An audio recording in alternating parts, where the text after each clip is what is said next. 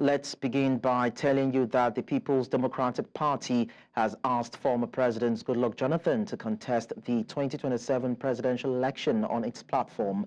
PDP's Deputy National Publicity Secretary Ibrahim Abdullahi made this known on Saturday. He emphasized that it would be a regrettable development if Jonathan chose another party for his presidential bid. Abdullahi revealed that the PDP had been eagerly awaiting the former president's return for a second term, stressing the party's continued connection to Jonathan's political rise. The PDP chieftain urged Jonathan to heed the call to finish what is started within the party and warned against the hypocrisy of the All Progressives Congress. To discuss this, we are joined by a political analyst, Jide Ojo. Mr. Ojo, thank you so much for joining us on the news. It's my pleasure, Leko. Good evening. Compliments of the season. Same to you, too. Now, is former President Goodluck Jonathan what the People's Democratic Party needs to cause an upset in the 2027 presidential election?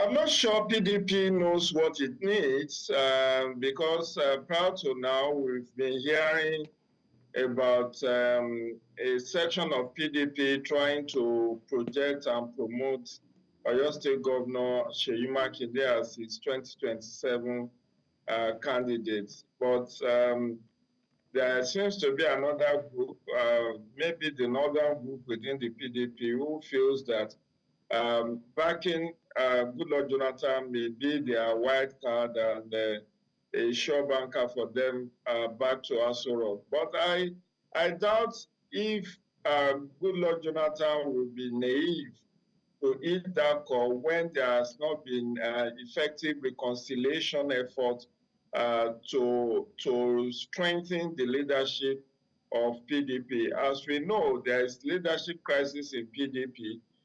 There are quite a formidable force that are against the continued leadership of Umar Damagun as the acting chairman. And Umar Damagun has been there for like 2 years now, or second year running, because he took over from Iyochayu, and since then they've not had the substantive chairman of PDP. And then even though they set up a reconciliation committee, I doubt whether that committee has succeeded in reconciling all the warring factions. Even in that, Goodluck Jonathan now wants to. Yeah, so I was even going to say that even in that, doesn't it send a loud message to Atiku Abubakar about his presidential ambition or purported presidential ambition with the party? Again, there are forces aligned against the likelihood of Atiku Abubakar emerging as the candidate of the PDP in 2027. And if I were him, I would have smelled the coffee that the party actually doesn't want me. Because whether you talk about Goodluck Jonathan or you talk of Seyi Makinde, there seems to be a rallying behind a southern presidential candidate in PDP in 2027. Don't forget that this sore point is what has led the party to its current crisis. The fact that they did not zone the 2023 presidential ticket to the south and allowing Atiku Abubakar to emerge as the candidate of the party back to back. After he was candidate in 2019, he was also candidate in 2023, and he has not led them to victory. I understand the choice of or the call on Goodluck Jonathan. They are taking a cue from what happened in Ghana last weekend, where former President John Mahama was able to stage a comeback just like Donald Trump in US. And they felt that, okay, if they are able to get Goodluck Jonathan to run, given the fact to go, it will facilitate the return of power to the north in 2031.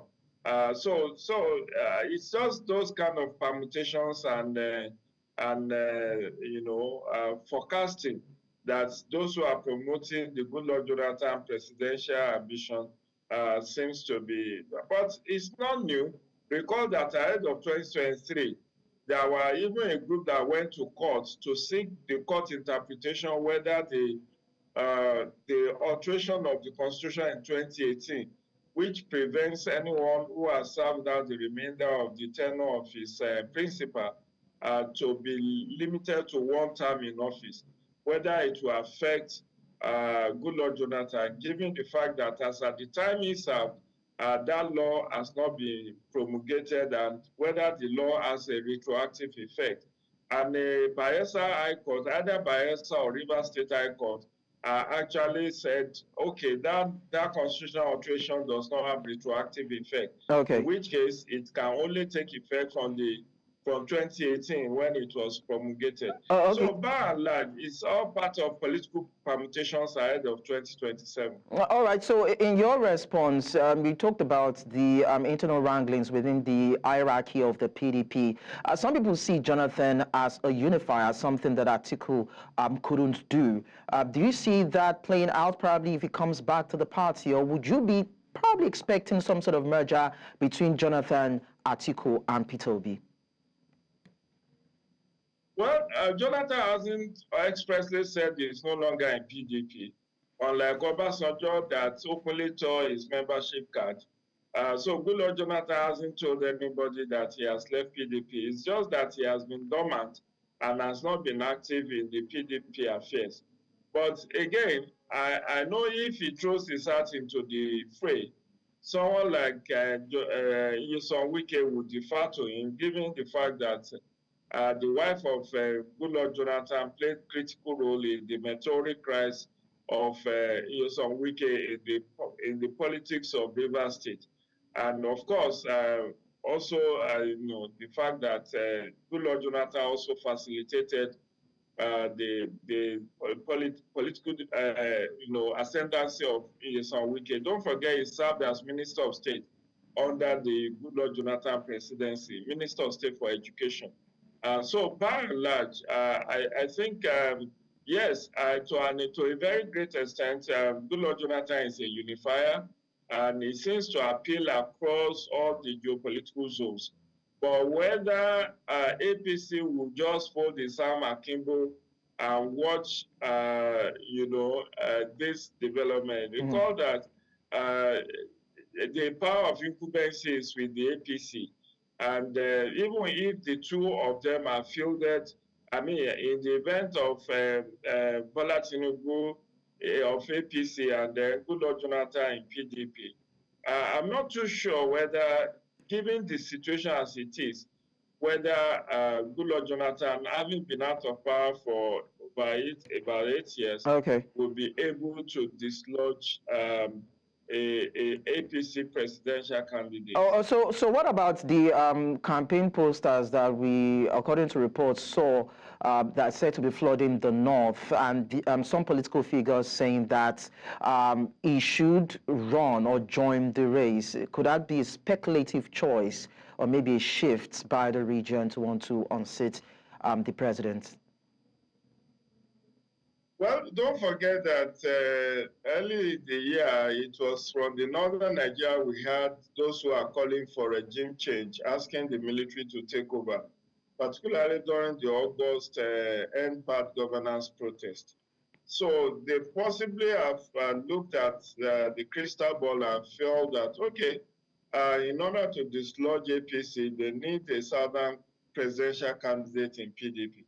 But like I said, PDP needs to first get its house in order, reconcile itself, and have a formidable, because the whispering we are even hearing is that PDP is trying to go into a merger with Labour Party, with NNPP, and maybe some other parties. And that means it understands that it's currently a very weak party.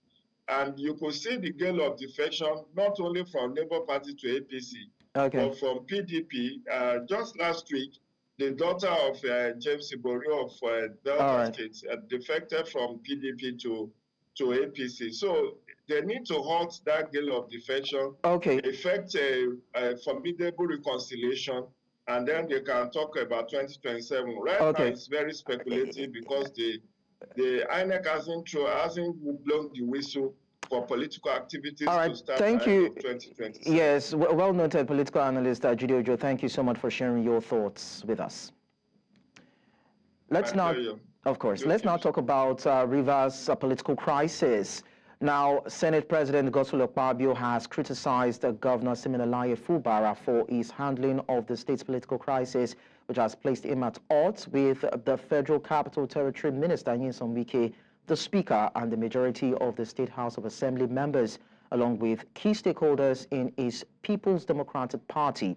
Speaking as the special guest of honor at a public lecture and book launch in Port Harcourt to mark the FCT minister's 57th birthday, Akpabio stressed the importance of maintaining a strong working relationship with the legislature. He also recognized Martins Amewule as the legitimate Speaker of the Rivers State House of Assembly and reminded Fubara of the legislative arm's constitutional powers and influence. Earlier, the Special Assistant to Rivers State Governor on Electronics Media, Jerry Omashogunwa, reacted to this. President lack understanding of the real issues in Rivers State. If he has a full understanding or has a full gist, I don't think he will say anything like that. These are people who just wake up one morning and said they are impeaching the governor. And after some time, they just said, oh, we are leaving our party. And what will you do to them? You're saying that you're supposed to push them and bring them in. It's just like football. If the opposite people decide not to play, will you force them to play? So I think Akpabio need more understanding of the political situation in Rivers State before he begin to throw blame at the end of the day. And also declaring that Martins Amewule may be his own speaker, or better still, maybe Speaker of Akwa Ibom State Assembly. If not for Rivers State, what does the Constitution say about leaving your party? In the meantime, the national chairman of the All Progressives Congress, Abdullahi Ganduje, has said the party's target is to capture Rivers State in 2027. Ganduje stated this while inaugurating the newly elected executive committee of the party in the state, led by Chief Tony Okocha in Port Harcourt, the state capital, on Saturday. He said though the South-South geopolitical zone is largely controlled by the People's Democratic Party, the APC is making inroads in the zone, with Cross River and Edo states already taken by the ruling party. While congratulating the newly elected state executive members, Ganduje said that traditionally in APC, the inauguration of a state chapter is usually done at the headquarters of the party in Abuja. He emphasized that the party will continue to work together at all levels, adding that the APC national leadership is willing to perform functions for its fold, even at the ward levels.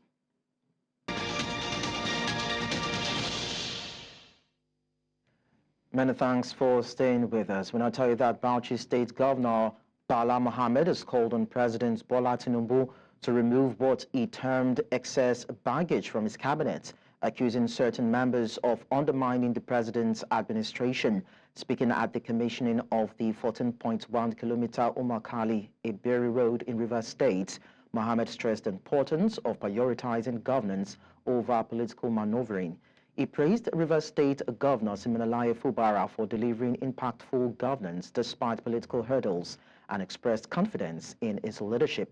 Fubara also outlined plans to improve local schools and healthcare centers while urging continued public support ahead of his 2027 re-election bid. Now, the People's Redemption Party has condemned President Bola Tinubu's economic policies, accusing his administration of dismantling Nigeria's middle class. PRP Chairman Bello Falalu, speaking at a press conference in Abuja, criticized the president for allegedly failing to deliver good governance, deepening poverty, and exacerbating Nigeria's economic challenges. Falalu suggested a potential merger with the African Democratic Congress to form a formidable opposition against the ruling All Progressives Congress in the 2027 general elections. He emphasized that the alliance has become imperative due to what he described as the leadership shortcomings of both the APC and President Tinubu's government. Falalu cited troubling economic indicators, highlighting Nigeria's gross domestic product, which reportedly declined from $493 billion in 2015 to an estimated $362 billion in 2024. Away from that, the Independent National Electoral Commission has dismissed social media rumors alleging that its chairman, Professor Mahmood Yakubu, has died in a London hospital. In a statement issued on Saturday, INEC Chief Press Secretary Rotimi Oyekomi confirmed that Yakubu is alive, well, and in good health. It described the reports which surfaced on December 9 as baseless and urged the public to disregard them. The Commission clarified that Yakubu has not traveled to London in the past 2 years and recently participated in official engagements, including meetings with the House Committee on Electoral Matters and resident electoral commissioners. INEC condemned the spread of misinformation, recording a similar false claim in 2021.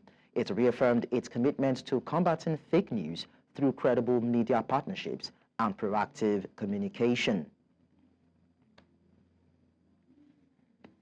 Frank Shaibu, spokesman for Atiku Abubakar, has urged Vice President Kashim Shettima to focus on more meaningful matters rather than criticizing UK Conservative Party leader Kemi Badenoch. Badenoch, who sought support from Nigerians during her 2010 UK parliamentary campaign, has since made critical comments about Nigeria, citing corruption and insecurity as reasons for leaving the country. Shettima recently accused Badenoch of disparaging her roots, suggesting she might remove the Kemi from her name if she feels no pride in Nigeria. Responding on Saturday, Shaibu dismissed Shettima's remarks, stating that Badenoch's Yoruba name does not make her automatically Nigerian. Shaibu added that the vice president should find something useful to do with his time instead of berating the UK lawmaker.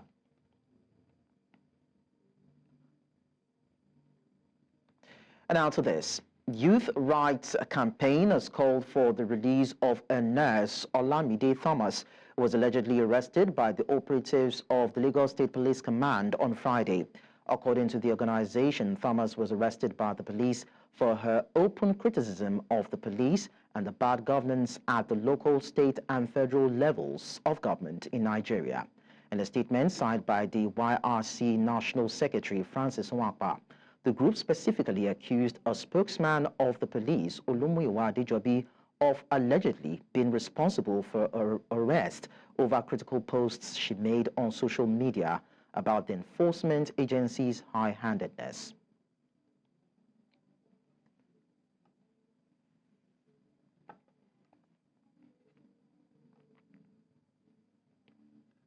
And I'll tell you that the Chief of Defense Staff, General Christopher Musa, once more ruled out the need for mercenaries to support the armed forces of Nigeria in the fight against terrorists and criminal groups in the country. Musa, who stated this in Abuja, also revealed that the Nigerian army has started assembling its own armored personnel carriers. It noted that the military was rising to the occasion, stressing that though the nation's armed forces are trained in conventional warfare, they have adjusted to the asymmetric nature of insurgency tactics. He stressed the need for the federal government to provide modern and sophisticated military hardware to the armed forces of Nigeria in order to win the war against terrorism and other emerging security threats confronting the nation. To other stories now, community members in Sanga local government area of Kaduna State have been commended for the peaceful coexistence exhibited during their successful harvest season. The commendation was given by the commander of Operation Safe Haven, Major General Abdullahi Abubakar, during the distribution of palliatives to community members in the area as part of non-kinetic measures by the Nigerian military in ensuring sustainable peace in affected areas of their operations. Chizoba Anyonwe was there for News Central and now tells us more. That was a show of appreciation from community members in Sanga local government area of Kaduna State after a heat-free harvest, as against what was recorded in past years, where herders and farmers usually engaged in violent clashes. The commander of Operation Safe Haven, Major General Abdullahi Abubakar, had organized a seminar in May this year to sensitize stakeholders in the community on the need for peaceful coexistence and successful farming and harvest. General Abubakar was impressed with the outcome of the non-kinetic approach. The fight against criminality is like a system that we all have a part to play and collectively fight against. I am glad to observe that we have derived the dividends of that seminar as clashes and farm destructions reduced by over 60% this year based on available statistics. The army boss in the area reciprocated the show of excitement for the peaceful harvest by the distribution of these palliatives to 100 indigent members of the community. He said the move is hinged on sound administration through impactful welfare programs of the Chief of Army Staff, Lieutenant General Olufemi Oluyede. This is our little way of encouraging the widows and those with physical challenges in Operation Safe Haven operating environment as part of our non-kinetic lines of operation. Furthermore, one of the elements of the command philosophy of our Chief of Army Staff, Lieutenant General O.O. Oluyede, Nigerian Army Medal, is hinged on sound administration through impactful welfare programs, which aptly aligns with this program today. The 50 widows and 50 physically challenged persons, among others, who benefited from the Army's welfare package, expressed their gratitude. We are now approaching the Christmas celebration. Up to now, I have not even single rice in my house. But today, I am going house with a 1 bag of rice. We have bumper harvest in the local government. So, and we have peaceful coexistence in the entire local government. We are crisis-free in the local government. And alhamdulillah, alhamdulillah. Mun gode muku da abin da kuka yi mana Allah ƙara mishi buɗe. Mun da mazajen mu sun mutu, mun taimake mu, mun gode wa Allah. We are very grateful. We are calling on all of you, whenever you see us, please, we will solicit for your assistance. Now, if this is a sign of bumper harvest in a crisis-free zone as a result of the non-kinetic measures put in place before the harvest, then who says more of this measure won't be needed as often as possible? From Sanga local government area of Kaduna State for News Central, Chizoba Anyomi. Away from that, the immediate past Deputy Speaker of the Kogi State House of Assembly, Enema Paul, has passed on. The Speaker of the House, Aliyu Yusuf, confirmed Paul's death in a statement on Saturday through his Chief Press Secretary, Mohammed Yabagi. Paul passed away in a private Abuja hospital early on Saturday morning after battling an undisclosed illness. Yusuf described Paul as a humble, team-playing lawmaker committed to unity and pro-people legislation for the state's development. He noted Paul's devotion to family values and godliness, commiserating with his family and colleagues. Paul, who represented Okura State constituency in the 8th Assembly, stepped down as Deputy Speaker due to health reasons and was succeeded by Comfort Umochiola of Ibaji State constituency. The Speaker prayed for strength for all affected by the loss. And I'll tell you that the chairman of the Audit Committee of SCOA Nigeria PLC, Magnus Onyimbe, has debunked disparaging claims made against the company's managing director, Masad Bulus. Bulus was recently announced by U.S. President-elect Donald Trump as his peak for senior advisor, Arab and Middle East affairs, during criticisms in some quarters as regards his experience and profile. Onyimbe, in a statement, explained that the remarkable track record of Bulus and the companies he has been instrumental in nurturing speaks to his formidable force in Nigeria's industrial and economic landscape, with roots spanning over 4 decades. The statement noted that the legacy of the company, which spans over 4 decades, has been strengthened by Masad Bulus in assembling, distributing and marketing MAN trucks and buses, power generators, tractors, agricultural equipment, industrial equipment, and other heavy-duty construction and mining machinery critical to Nigeria's key sectors. We now go to this next story. With unemployment rates still high in Nigeria, job seekers are turning to a new and powerful tool, which is social media. Platforms like LinkedIn, X, Instagram, and TikTok are not just for entertainment anymore. They're now avenues for career advancement, job hunting, and networking. In this report, News Central's Chidimma explores how Nigerians are leveraging social media to land jobs. And here, you would hear from those who have turned posts into paychecks and get the opinions of everyday Nigerian on the streets. To everyday job seekers, the possibilities of utilizing social media platforms are endless for those willing to leverage these platforms strategically.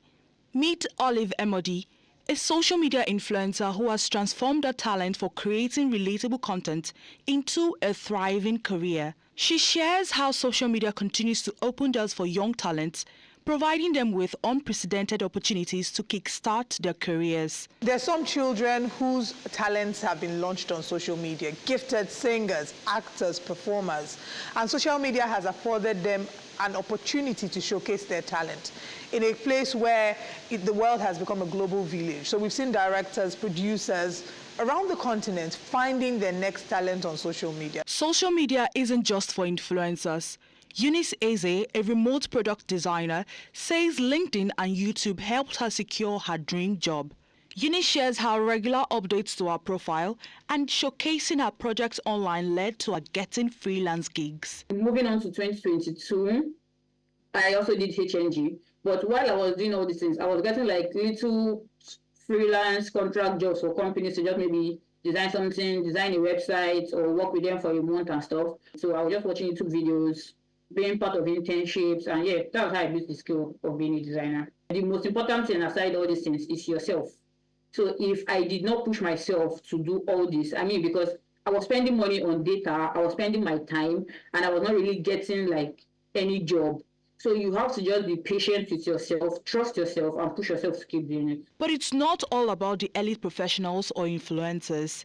On the streets of Lagos, everyday Nigerians are sharing how social media has made a difference in their job searches. Personally, I would say the job I'm on currently with an international company, I got that because I have access to the internet and I was able to access that on LinkedIn. In LinkedIn now, you get jobs in LinkedIn.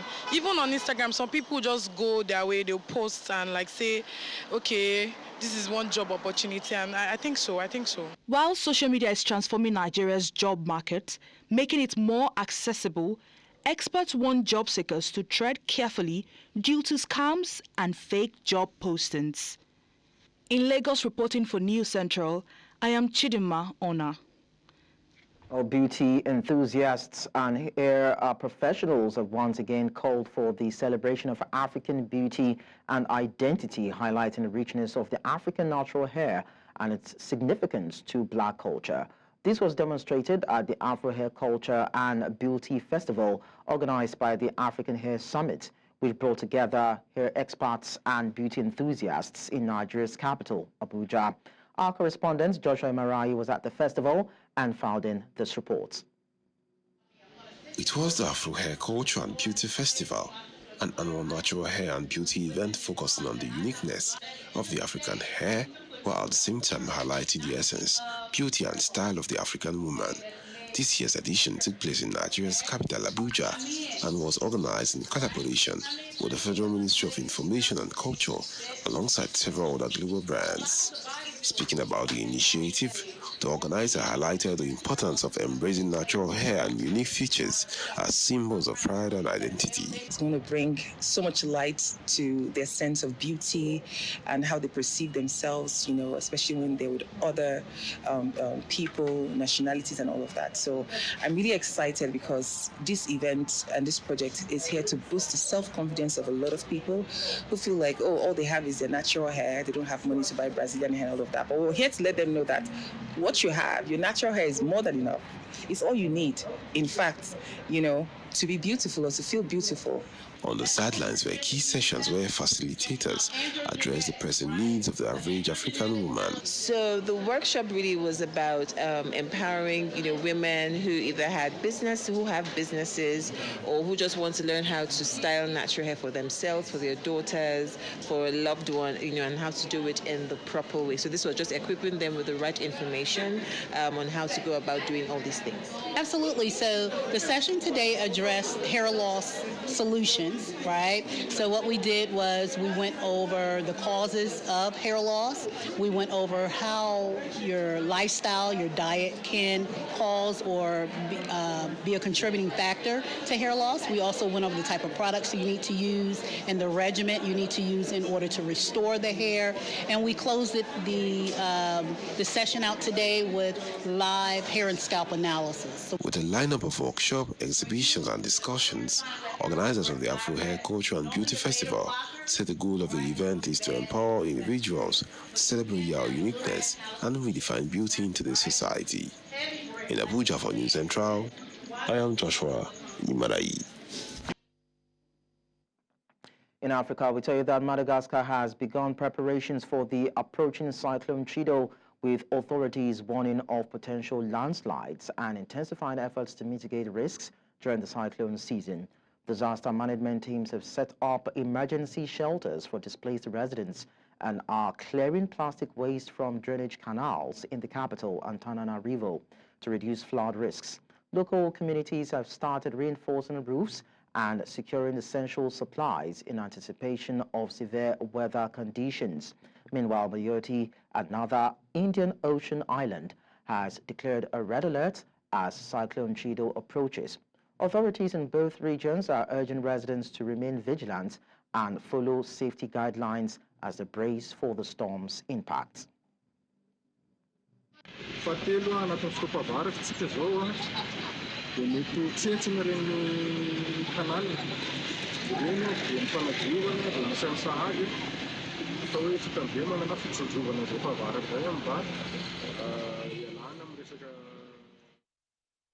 Elsewhere, Libyans have expressed mixed emotions about the fall of Bashar al-Assad, voicing hopes that Syria will achieve stability and avoid the prolonged turmoil that has plagued Libya since the ousting of Muammar Gaddafi.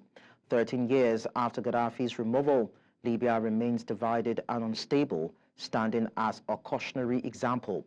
Libyans have urged Syria to learn from the experiences of other nations to ensure a successful rebuilding process.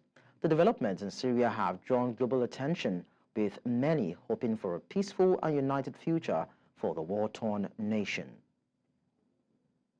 ما نشوفش إن في أوجه شبه كبيرة بين الحدث في سوريا والحدث في ليبيا، مع أن الاثنين في النهاية هم عبارة عن إسقاط نظام، ولكن الحالة الليبية والحالة السورية تختلف تماما، حتى من ناحية حجم التدخل الدولي، المكان الجغرافي.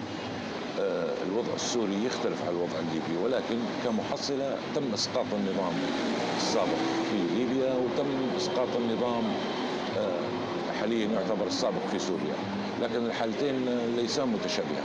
نتمنى أن الشعب السوري يكون على مستوى الحدث، ونتمنى أن السياسيين السوريين يكونوا فاهمين الموقف. دول الطوق وضعها أصعب من تونس، أصعب من ليبيا. نحن حالنا ما زال يكون نشوف فيه أفضل بكثير من الوضع السوري، ونتمنى أن السوريين يستفادوا من التجارب اللي قبلهم. تشابه بين ليبيا وسوريا طبعا هي تارك الشعوب هذه بناء على الظلم والطغيان والدكتاتورية، الدول اللي كان حكم الدكتاتوري اللي كان يحكم في سوريا وفي ليبيا. في البداية كان في أمل وكانت الشعوب مرتاحة وفرحانة وسعيدة، وبعدين اكتشفوا أن الصراعات على السلطة والصراعات على الأموال وعلى ثروات البلدان هي كانت الآلة.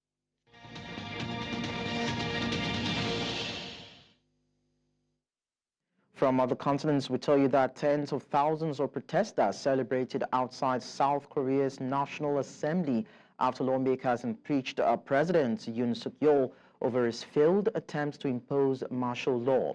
The impeachment vote concluded a tumultuous week following Yoon's controversial bid on December 3 to declare martial law. The opposition hailed the decision as a victory for the people. In a televised address, Yoon announced he would step down, but stopped short of offering an apology for his actions. Of the 300 lawmakers, 204 voted in favor of impeachment, 85 opposed, and 3 abstained. Yoon has been suspended from office pending a ruling by South Korea's Constitutional Court, which has up to 180 days to determine his political future.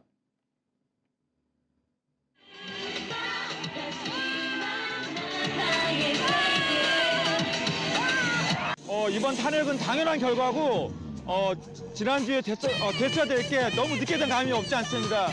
이건 당연히 타결돼야 될 거고 모두 국민의 승리라고 생각합니다. 제가 초등학교 6학년 때 5.18 민주화운동이 일어났는데 44년 만에 제가 다시 또 이런 일을 겪게 되는 전혀 몰랐습니다. 다시는 이런 일이 반복되지 않았으면 좋겠고.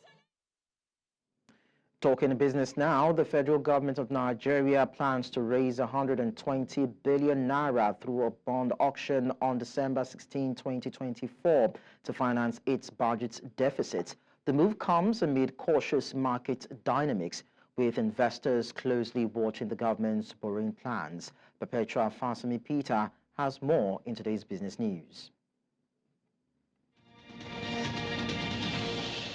In business, the federal government of Nigeria plans to raise 120 billion naira through a bond auction on December 16, 2024.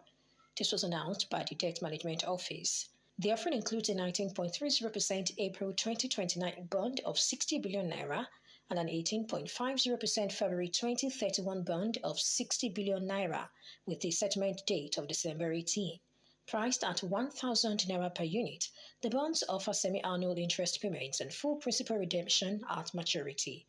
This issuance mirrors November's offering, signaling a cautious approach amid market dynamics. And still in Nigeria, Smedan and Rolling Energy aim to convert 100,000 vehicles to compressed natural gas within 18 months, supporting SMEs with cost-saving energy alternatives. Announced by Smedan's DG, Dr. Charles Ode, at the unveiling of a CNG training center in Abuja, the project aligns with the Grow Nigeria strategy. With conversion costs significantly lower than petrol refueling, the initiative also trains Nigerians in CNG maintenance, fostering job creation. Presidential CNG Initiative's EVC, Toyin Zubair, emphasized using Nigeria's abundant gas reserves to boost economic growth and sustainability. The International Monetary Fund projects Ghana's GDP growth will reach 5% beyond 2024, reflecting improved macroeconomic conditions. Revised 2024 growth estimates now stand at 4%, up from 3.1%. Inflation is expected to close at 18% by 2024, driven by currency pressures and climatic challenges. Tight monetary policies aim to return inflation to the 8 ± 2% target by end 2025. However, risks like weak cocoa exports, political instability, and external conflicts could impact Ghana's economic trajectory and debt restructuring efforts, the IMF cautioned. Algeria has claimed the top spot in Africa for central bank gold reserves, amassing 173.6 tons. Libya follows with 146.7 tons, while Egypt and South Africa hold 126.8 and 125.4 tons respectively. Ghana, ranked 5th in Africa, holds 28.1 tons. The robust demand for gold among global central banks, reaching 694 tons this year, highlights the metal's vital role in stabilizing economies and diversifying reserves amid ongoing global uncertainties. Globally, the U.S. leads with 8,133.5 tons. Despite high gold prices slowing purchases, central banks remain committed to accumulating gold, reaffirming its role in risk management and reserve diversification. And that's our offering on business news at this time. Many thanks for watching. I am Perpetua Fasami Peter. The news continues shortly.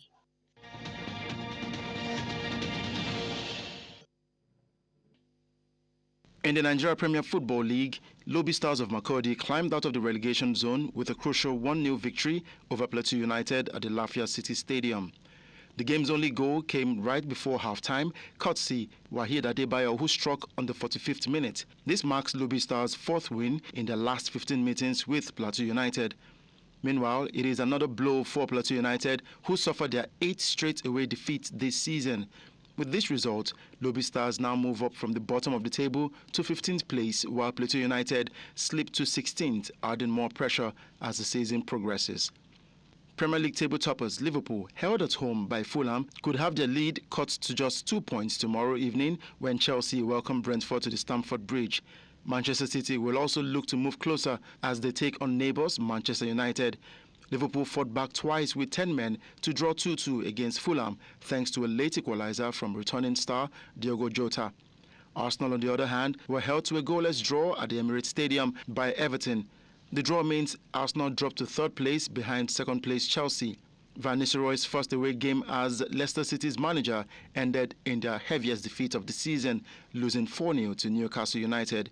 Meanwhile, at the bottom of the table, Ipswich secured a last-gasp 2-1 win over Wolverhampton Wanderers in a fierce contest. Nicolo Zaniolo made sure Atalanta will stay top of the Italia Serie A this weekend with the only goal in Saturday's 1-0 win at Cagliari, which secured a club record 10th straight league win. The substitute decided a hard-fought encounter by stroking home Raul Bellanova's cutback in the 66th minute.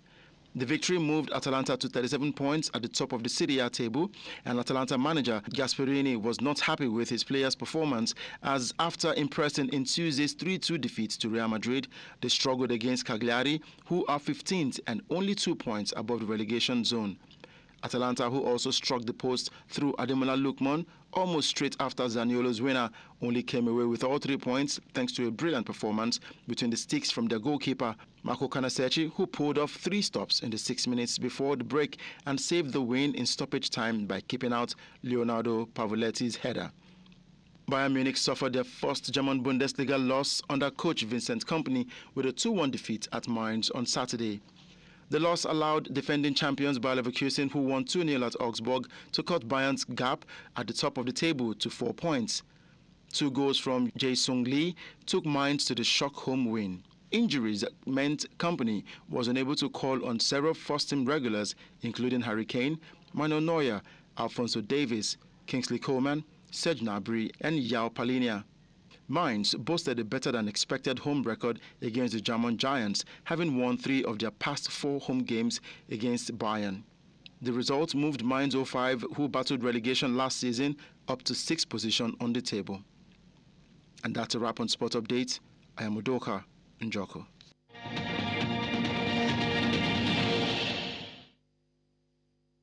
So at this hour, but before we go, we'll look at our top stories again. PDP has invited former President Goodluck Jonathan to run on its platform for the 2027 presidential election. Youth rights group has demanded the release of Lagos nurse Abiodun Thomas, allegedly arrested over at police comments. We also told you that Madagascar is bracing for Cyclone Chido landfall as government has warned of flooding. Don't forget to watch News Central live on DSTV channel 422 Star Times, channel 274 Evo TV and YouTube. Many thanks for watching. I am Lekon Onobanjo.